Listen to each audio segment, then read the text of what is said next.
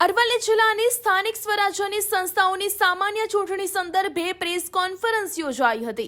અરવલ્લી જિલ્લા ચૂંટણી અધિકારી અને કલેક્ટર પ્રશસ્તિ પારેખના અધ્યક્ષસ્થાને કલેક્ટર કચેરીના સભાખંડ ખાતે પ્રેસ કોન્ફરન્સ યોજાઈ હતી। જિલ્લા ચૂંટણી તંત્ર દ્વારા ચૂંટણીલક્ષી તૈયારીઓને આખરી ઓપ આપવામાં આવ્યો છે। 26મી એપ્રિલે સવારના 7 કલાકથી સાંજના 6 કલાક સુધી મતદાન પ્રક્રિયા હાથ ધરવામાં આવશે, જ્યારે 28મી એપ્રિલના રોજ મતગણતરી યોજાશે। અરવલ્લી જિલ્લામાં આદર્શ આચાર સંહિતા અમલમાં આવી ગઈ છે, જે અંતર્ગત વહીવટી તંત્ર દ્વારા મુક્ત, ન્યાયી અને શાંતિપૂર્ણ વાતાવરણમાં ચૂંટણી યોજવા માટેની તમામ તૈયારીઓ પૂર્ણ કરી લેવામાં આવી છે। કાયદો અને વ્યવસ્થાની સ્થિતિ જળવાઈ રહે અને નાગરિકો નિર્ભય રીતે મતદાન કરી શકે તે માટે પોલીસ તંત્ર અને વહીવટી વિભાગો સાથે સંકલન સાધવામાં આવ્યું છે।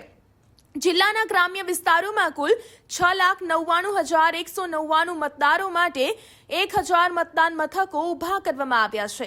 અરવલ્લી જિલ્લામાં આ ચૂંટણીઓ અંતર્ગત જિલ્લા પંચાયતની 30 બેઠકો, 8 તાલુકા પંચાયતોની કુલ 146 બેઠકો તેમજ મોડાસા અને બાળ નગરપાલિકાની સામાન્ય ચૂંટણીઓ માટે મતદાન થશે।